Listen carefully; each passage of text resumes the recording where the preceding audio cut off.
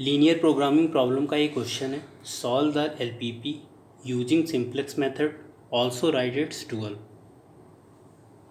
Maximise करना है Z को, that is equal to 2x1 minus 4x2 plus 5x3 subjected to conditions x1 plus 4x2 minus 2x3 less than or equal to 2, minus x1 plus 2x2 plus 3x3 less than or equal to 1 and x1 x2 x3 greater than or equal to 0।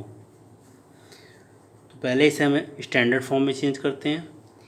Right hand side वाला part बड़ा है तो इधर को जोड़ना पड़ेगा left hand side में।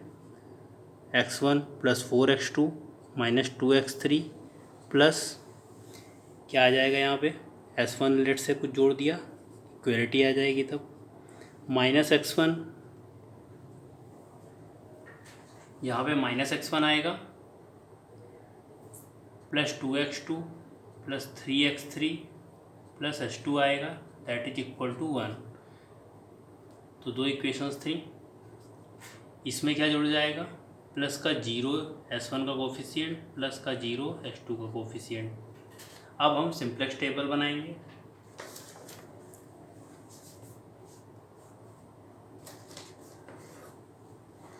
Simplex table कैसे बनाते हैं, ये टेबल हो गई,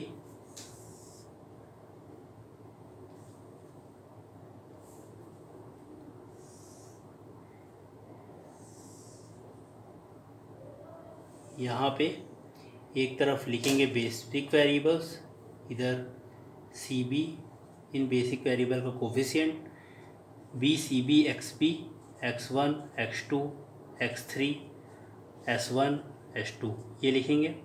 उसके बाद यहाँ ये कॉलम, यहाँ सी जे लिखते हैं और यहाँ जेड जे लिखते हैं, यहाँ सी जे माइनस जेड जे लिखते हैं। अब वैल्यूज़ भरते हैं, ये दो कॉलम और एक ये जो रो है ऊपर वाली, ये जो है ये इक्वेशन से आती है, that is this equation s1 s2 b s1 s2 होगा यहाँ पे, और यहाँ पे सी बी कोफिशिएंट क्या है 0 0, ये 0 0 हो गए। उसके बाद यहाँ पे क्या होगा सी जे, दैट इज x1 का कोफिशिएंट 2, x2 का -4, x3 का प्लस का 5, s1 का 0 s2 का 0। ये हो गया, ये तो मेन इक्वेशन जो एक्सप्रेशन दिया होता है उससे हम निकाल सकते हैं। बाकी का जो पार्ट है यहाँ वाला, वो इन दो इक्वेशंस से जो कंडीशंस दी हुई हैं उससे हम फिल करते हैं। x1 का कोफिशिएंट 1, xb यहाँ पे 2 है, x1 का यहाँ पे 1 है, x2 का कोफिशिएंट 4 है, x3 का -2, s1 का 1, s2 का 0। फिर xb लिखते हैं, दैट इज़ 1। उसके बाद x1 का क्या आएगा -1, उसके बाद प्लस का 2, उसके बाद प्लस का 3, उसके बाद 0 और 1, ये आया। अब क्या करेंगे, जेड जे निकालेंगे। जेड जे कैसे निकालते हैं, ये इंटू ये प्लस ये इंटू ये, दैट इज 0, फिर ये इंटू ये प्लस ये इंटू ये, दैट इज 0, उसके बाद ये इंटू ये प्लस ये इंटू ये, तो 0 इस तरह से, ये भी 0 आएगा। सी जे माइनस जेड जे निकालते हैं, दैट इज 2, उसके बाद माइनस का 4, उसके बाद प्लस का 5, उसके बाद 0, उसके बाद 0, ये आया। अब यहाँ पे मैक्सिमाइजेशन प्रॉब्लम है, तो मैक्स पॉजिटिव एलिमेंट को जोड़ते हैं तो +5 आ रहा है, तो ये हमारा की कॉलम हो गया। अब हमें की एलिमेंट जोड़ने के लिए की रो लेना पड़ेगा, यहाँ निगेटिव है। की रो के लिए क्या करते हैं, minimum of X B upon X I निकालते हैं। यहाँ पे निगेटिव है तो कुछ लेते नहीं, पॉजिटिव वाले से केवल करते हैं, दैट इज़ 1/3। तो this will be the key row, this is key column. तो की एलिमेंट 3 हो गया, इसको 1 बनाना होगा, और उसके करस्पॉन्डिंग जो एलिमेंट है दैट इज उसको 0 बनाना होगा। Regarding this matrix, out going variable यहाँ पे h2 हो गया, इनकमिंग वेरिएबल यहाँ पे ये की कॉलम वाला दैट इज x3 हो गया, उसका कोफिशिएंट नेक्स्ट टेबल में हम लिखते हैं। देखो जो नई टेबल बनेगी इसके आगे वो क्या बनेगी,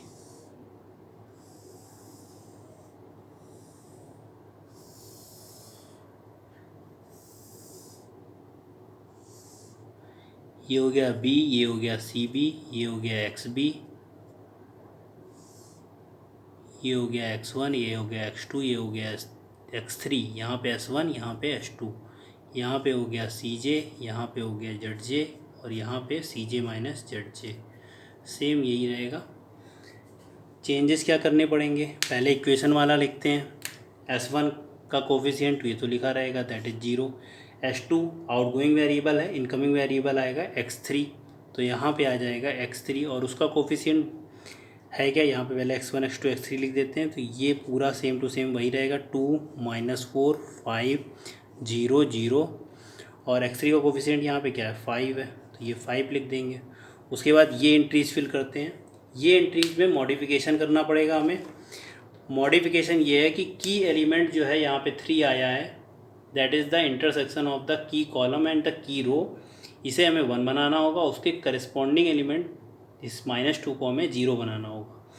टेकिंग दिस मैट्रिक्स जो ग्रीन कलर से है यहाँ पे, तो यहाँ पे इसको 1 बनाने के लिए तो सीधा सीधा क्या है कि इसमें 1/3 से मल्टीप्लाई कर दें पूरी रो में, तो 1/3 आ जाएगा, यहाँ पे -1/3 आ जाएगा, यहाँ पे 2/3 आ जाएगा, यहाँ पे 1 आ गया, तो 1 तो बन गया, यहाँ 0 आ गया, यहाँ पे 1/3 आएगा। अब इसको 0 भी बनाना है, तो 0 बनाने के लिए क्या करेंगे, 2r2 का इसमें इसको में ऐड कर देंगे, 2 टाइम्स मल्टीप्लाई करेंगे और r1 में ऐड कर देंगे, तो यहाँ पे 2 का मल्टीप्लाई किया तो इसके करस्पॉन्डिंग ये एलिमेंट 0 बन जाएगा। बाकी के एलिमेंट्स भी लिख लेते हैं। 2 का मल्टीप्लाई किया तो 2 + 2/3, 2 + 2/3, this is 8/3। Similarly 1 - 2/3, that is 1/3। उसके बाद 4 + 2/3, 4 + 2/3, क्योंकि यहाँ प्लस कर रहे हैं, तो यहाँ पे 1 - 2/3 दैट इज़ 1/3 आएगा। उसके बाद नेक्स्ट वाला एलिमेंट है 4, 4 + 2 का मल्टीप्लाई करके दैट इज़ 4/3, दैट इज़ 4 3 12 4 16, 16/3 आएगा। उसके बाद ये तो 0 बन गया। उसके बाद यहाँ पे क्या आएगा, 0 + 2/3, इसमें 2/3 का मल्टीप्लाई किया तो दैट इज़ 1 + 2/3, यहाँ पे 1 है, 1 + 2, 1 + 0/3, तो यहाँ पे खाली क्या आएगा,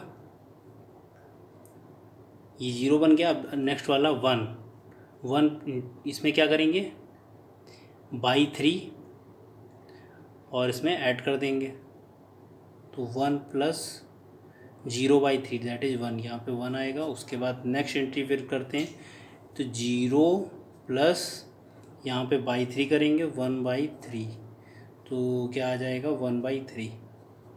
तो कुछ एंट्रीज हमारे पास इस तरह की आ जाएंगी। नई modified simplex table will be this.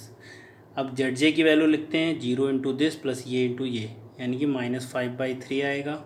उसके बाद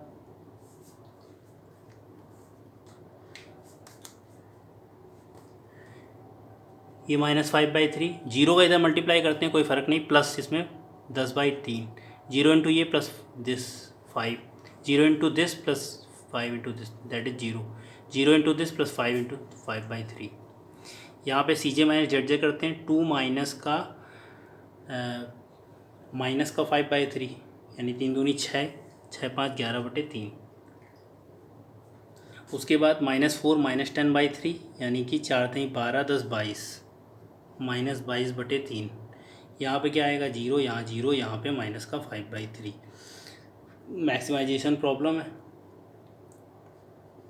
max positive element that will be, this will B की कॉलम। की रो को ढूंढने के लिए क्या करेंगे, मिनिमम ऑफ XB/XI करते हैं। XB क्या है, 8/3, तो यहाँ पे 8 आएगा खाली, 8/3 divide by 1/3 that is 1, 1/3 comma, इसमें तो कुछ करेंगे नहीं, तो की कॉलम क्या, की रो क्या बन गया, ये इंटरसेक्शन, इसको 1 बनाना होगा, अब हमें इसको 0 बनाना होगा। नई मॉडिफाइड सिंपलेक्स टेबल अब बनाते हैं। अब देखो यहाँ पे ये जो है ये की एलिमेंट आ गया, that is the intersection of की कॉलम एंड की रो। तो ये जो होगा वो क्या हो गया, outgoing variable x1, incoming variable क्या आएगा x1। तो यहाँ पे क्या फिर भरेंगे x1 और x3 की जगह x3 लिखेंगे, कोफिशिएंट लिख देंगे 5, x1 का कोफिशिएंट क्या है 2, यहाँ पे 2 लिख देंगे। उसके बाद यहाँ सी की वैल्यू 2 -4 5 0 0, इनमें कोई चेंज नहीं आएगा। 2 -5 नहीं 2 -4 है, 2 -4 और क्या है यहाँ पे x3 का 5 है, उसके बाद 0 0, ठीक है। अब उसके बाद ये जो इक्वेशन वाली टेबल है या जो मैट्रिक्स वाली एंट्रीज हैं उसे मॉडिफाइड करने के लिए इसे हमें 1 बनाना होगा और इसे हमें 0 बनाना होगा। तो एक काम ये कर सकते हैं, इस वाली रो को R1 वाली रो को हम इसमें जोड़ दें तो ये 0 आ जाएगा, और फिर इसमें 3 का मल्टीप्लाई कर देते हैं। तो अगर इसको R2 + R1 करें तो क्या आएगा, 1 + 8/3 दैट इज़ 9/3 दैट इज़ 3। यहाँ पे क्या आएगा, इसको हमें 0 बनाना है तो 0 बन गया। उसके बाद 16 2 18 यानी कि यहाँ 6 आ गया। उसके बाद यहाँ पे क्या करेंगे, इसको जोड़ रहे हैं सीधा, तो यहाँ पे 1 आएगा, यहाँ पे 1 आएगा, यहाँ पे 2/3 आ जाएगा। उसके बाद इसमें क्या कर देते हैं, इस वाली जो एंट्रीज हैं रो 1 को उसमें 3 का मल्टीप्लाई कर दें तो ये 1 बन जाएगा। की एलिमेंट को हमें 1 बनाना होगा, तो ये 1 आ गया, यहाँ पे 8 आ गया, यहाँ पे 16 आ गया, यहाँ पे 0 आ गया, यहाँ पे 3 आ गया, यहाँ पे 1 आ गया। तो नई मॉडिफाइड सिंप्लेक्स टेबल हमारे पास कुछ इस तरह से बनेगी। अब हमें ZJ की वैल्यू रखनी होगी, तो ये इंटू ये प्लस ये इंटू ये दैट इज़ 2। यहाँ पे क्या लिखेंगे, यहाँ पे 2 × 1 + 5 × 0 दैट इज़ 2, 2 × 16 + 5 × 6 दैट इज़ 16 दूनी 32, 6 पंचे 30, 30 30 60 2 62, यहाँ 62 आएगा। और यहाँ पे कितना आएगा, 2 × 0 + 5 × 1 दैट इज़ 5। उसके बाद यहाँ पे 2 × 3 + 5 × 1 दैट इज़ 6 + 5 दैट इज़ 11, 2 × 1 + 5 × 2/3 यानी 2 + 10/3 दैट इज़ 16/3, ये आएगा। अब यहाँ पे CJ - ZJ करते हैं तो ये 0 आ गया। उसके बाद यहाँ क्या आएगा, -66 आएगा, यहाँ पे 0 आ जाएगा, यहाँ पे क्या आएगा -11 आ जाएगा, और यहाँ पे क्या आएगा -16/3। तो अब हम इस सिंपलेक्स टेबल में कुछ देख रहे हैं कि आल CJ - ZJ निगेटिव है। तो इस तरीके से हम क्या बोल सकते हैं कि when all CJ - ZJ are less than or equal to 0, hence optimum solution approached। तो ऑप्टिमल फेजिबल सॉल्यूशन इस सिंपलेक्स टेबल से हमें क्या मिल रहा है, x1 की वैल्यू 8 मिल रही, x3 की वैल्यू 3 मिल रही, x2 की तो कोई वैल्यू मिल नहीं रही। तो x1 x2 x3 s1 s2 ये हमारे पास वेरिएबल थे। तो x1 x3 की वैल्यू खाली मिल रही है दैट इज़ 8 और 3, 8 और इसको 0 ले लेंगे, उसके बाद इसको 3 और बाकी सब जो होंगे उनको हम 0 0 लेंगे। अच्छा, हमें वैल्यू किसकी निकालनी थी, हमें मैक्सिमाइज़ करना था Z के एक्सप्रेशन को that is 2x1 - 4x2 + 5x3 था, प्लस 0s1 + 0s2, उसका कोई मतलब नहीं है। यहाँ पे 2 × x1 यानी कि 2 × 8 - 4 × 0 + 5 × 3 ये आ जाएगा। तो 8 दूनी 16, 5 3 15 दैट इज़ 31। अब ये क्वेश्चन का नेक्स्ट पार्ट जो है वो आल्सो राइट इट्स डुअल, इसका डुअल भी लिखना है। तो उसके लिए हम क्या करेंगे,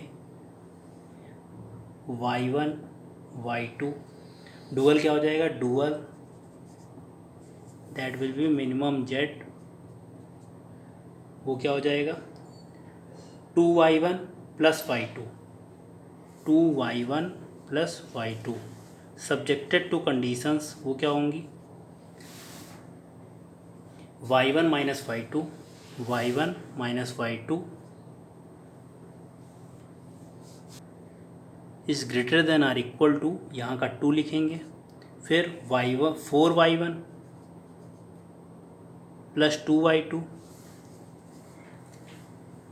is greater than or equal to -4। फिर यहाँ पे नेक्स्ट है -2y1 है प्लस 3y2 हो गया, और ये greater than or equal to +5 होगा, where y1 y2 is greater than or equal to 0। So this will be the dual of the following LPP of the given